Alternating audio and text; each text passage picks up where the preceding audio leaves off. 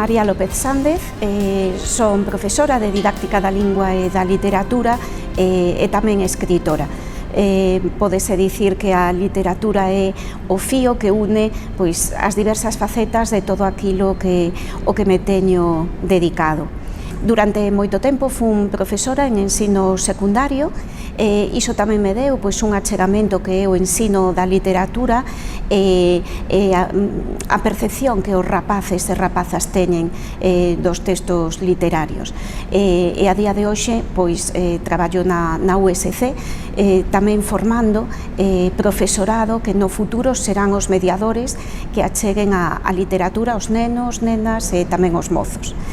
Vou comezar, por tanto, a falar da miña obra, da miña produción. O meu primeiro libro, a miña entrada no mundo editorial, sen dúbida un libro que ocupará para min sempre un lugar moi especial, é Paisaxe e Nación, a creación discursiva do territorio. Eu non publicara ningún libro, máis alá de artigos e publicacións académicas, cando rematara a tese, unha tese a que dediquei pois 8 anos de dedicación, lectura e traballo, pensei que iso debía chegar a un público máis amplo.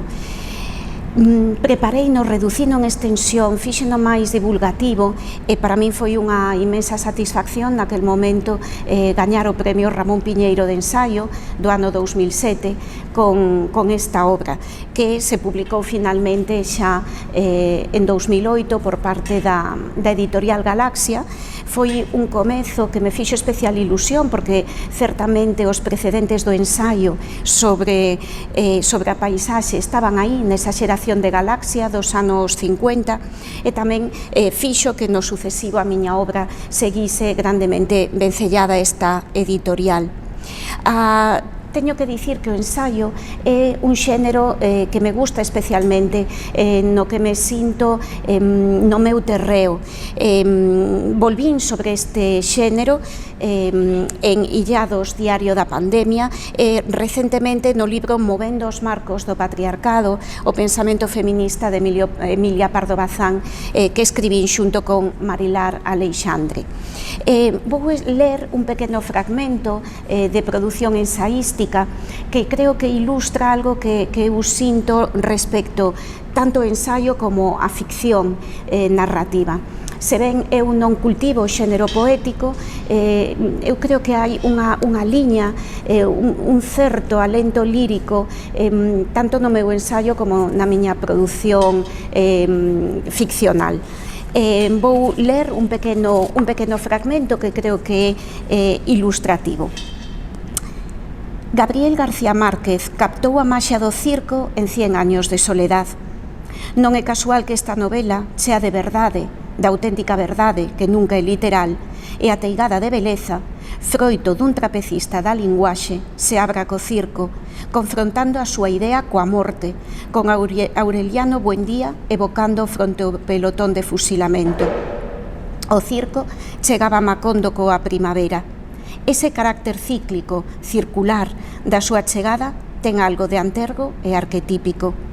Quixo destino, que xa noutras ocasións foi representado como a un xogador de dados, que o circo que nos achegamos nesta serie fotográfica tamén chantase a súa carpa na súa chegada a Lalín nun mes de marzo, o de 2020, revestido dun realismo máxico digno da pluma de García Márquez.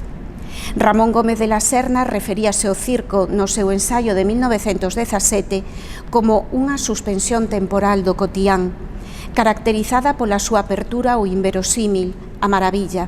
A mudanza dos tempos que afecta a todas as esferas da actividade humana cuestiona especialmente este espectáculo que García Márquez remitía a un tempo mítico onde el mundo era tan reciente que muchas cosas carecían de nombre e para mencionarlas había que señalarlas con el dedo. Os meses vividos durante a pandemia foron un tempo de suspensión onde nos mergullamos nunha realidade fora do tempo, cuberta coa pátina máxica do onírico e do irreal.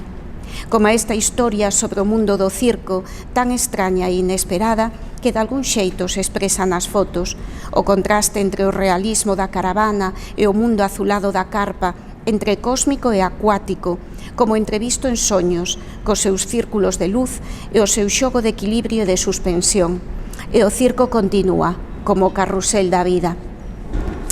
Alén da produción ensaística, irrumpín na narrativa cunha novela que tamén moi querida para min, A forma das nubes, que gañou o premio de narrativa Breve Repsol no ano 2012. Xustamente por ser a miña primeira novela, digamos que cumplía esa ilusión que creo que temos todas as escritoras e escritores, que sentimos desde nenos que algún día queremos facer iso, non? Entón, para min, o recoñecemento que tivo nese premio e tamén posteriormente nos lectores fíxome unha moi especial ilusión. Tamén porque seguramente é a escrita máis punxente e visceral que fixen, máis intensa, é un tipo de narrativa o que de feito quero volver. Vou ler simplemente o comezo desta novela. Tivo que chegar o desamor para que lembrase o que aconteceu e o meu estado de ánimo fose propicio para poñerme a escribilo. O desamor ten a capacidade de volvelo todo gris. De súpeto, o corpo séntese desvalido, como sen dúbida se sentiu nun tempo que xa non lembra. No desamor sempre hai vento, un vento que leva os papéis do chan, e a herba que cortan os xardineiros, e as peluxes, e a publicidade que se solta dos parabrisas, e as follas das árbores, aínda que non sexa outono. O desamor transforma o todo en metáfora. As palabras oídas, os fragmentos de conversas, todo fala de cousas que se perden. As árbores mesmas tremen coa tristeza dos seus troncos espidos e quizáis lembran que un día foron ousadas, que ergueron a cabeza cara ao sol, cara a luz, cara a plenitude. Ante el, somos como un neno que construíu un castelo de pezas e estaba tan absorto na construcción que non existía máis nada, só a seguinte peza, a seguinte torre. Mais logo o castelo cae e hai un intre no que o neno intenta detelo coas mans, salvalo, ata que se decata de que non é posible e deítase no chan a mirar as pezas caídas. É nese instante en que a absorción da mente nunha meta se detén, cando os pensamentos voan sen atranco e se lembran as cousas máis incribles, algunhas tan remotas que case non son nin lembranzas, cousas nas que unha levaba 20 anos sen pensar. E así dei eu en lembrar aqueles días. É curioso, porque ao facelo sentín axiña que aquilo permanecera sempre comigo, en min, agardando o momento para ser lembrado, para ser escrito. Despois de A forma das nubes, unha novela especial que me trouxo a vivencia de ir a moitísimos centros educativos, falar dela e ter un contacto co alumnado, foi O faro escuro, unha novela que foi finalista do premio de novela por entregas da Voz de Galicia e que sen dúbida é a miña novela máis lida en centros de secundaria. O que fixen eu con esta novela, cando vou aos centros, é intentar facer o que fixo Edgar Allan Poe co seu poema O Corvo, explicando o proceso de creación. Así que eu parto de explicar como a inspiración partiu dunha acuarela que ten esa difuminación maravillosa, esa apertura ao onírico e ao ambiguo, e vou tirando dos fíos do proceso de construcción. Unha novela na que, desde o xénero da novela negra, eu quixen explorar como as persoas tomamos decisións e puxen 3 grandes decisións que compre tomar rapidamente en 3 momentos esenciais da novela.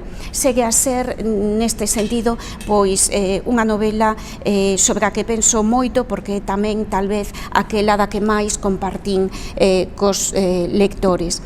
E xa na narrativa, unha última incursión en solitario foi a escrita de A noite da deusa. É unha novela que, xogando co código do xuvenil, de feito foi finalista do premio Raíña Lupa, intentei facer unha alegoría feminista. O feminismo, de feito, tamén é un fío que transita por toda a miña produción, está presente do xeito máis explícito nesta novela, que eu creo que ten moito para facer pensar, así como no máis recente dos ensaios o de Movendo os marcos do patriarcado. E por iso, para rematar, escollín un fragmento dun conto que escribín para unha obra colectiva sobre a violencia de xénero, no que eu quixen escribir sobre as redes de prostitución, intentando dar sempre ese pouso de beleza que ás veces fai o horror aínda máis punxente. Pois escribín un relato que me gusta moito e do que vou ler un fragmento. Procurou entre os debuxos de Lars Johnson un dos seus preferidos, o dunha ave sobre a pola dunha bidueira, e amosoulla aquela outra moza que quizáis viña daquela afastada rexión e que en calquera caso, por saudade ou simplemente pola beleza da imaxe, ficou absorbida contemplándoa. Aloumiñouna cos dedos e relaxou o rostro, permitindo que Nora puidese estender sobre ela as cremas, aplicarlle o corrector, tentear a súa textura. Xa non houbo máis aloucos, só vaguas hilandeiras que escorregaban polo rostro como as pingas nos vidros das fiestras. Mais a pele era tan nova, tan tersa, que a xiña volvía a beleza e desaparecían as marcas e as pegadas de imperfección, e a cara da moza convertíase nun lenzo no que emerxían, negras e gráficas, as pestanas densas, os ollos, os labios finamente trazados. E de súpeto, Nora sentiu o que sentía sempre que debuxaba paxaros, unha abstracción que eliminaba todo o demais, ata a si mesma. E mirando o rostro e a ave sobre a bidueira, mesturou os ocres e conseguiu devolverlle as fazulas o rosa tímido da vida e converteu as pálpebras na sutil efusión azul das plumas da álula co pincel impregnado de turquesa e cobalto. Non sabía canto tempo transcorrera cando puxo o punto final, cun último trazo que, como na ave gris, negra ou ocre, na que unha iridiscencia azul verdosa insinúa unha rabiosa beleza exótica, revelaba a profundidade da fermosura. A encargada observara en silencio e un brillo satisfeito na ollada indicoulle a Nora que o conseguira. Cando os seus ollos se cruzaron, viu que a miraba doutro xeito, dun modo semellante a como vira mirar a outras mozas máis fermosas e túrxidas ca ela. Nada volvera a ser igual desde aquel día en que, como ao primeiro raio de sol da primavera que anuncia o final do inverno, derretera a neve que lle pesaba nos ombros, ata o punto de ameazar con esgazala, porque ela nunca tivera certeza de ter a flexibilidade e o aguante das bidueiras.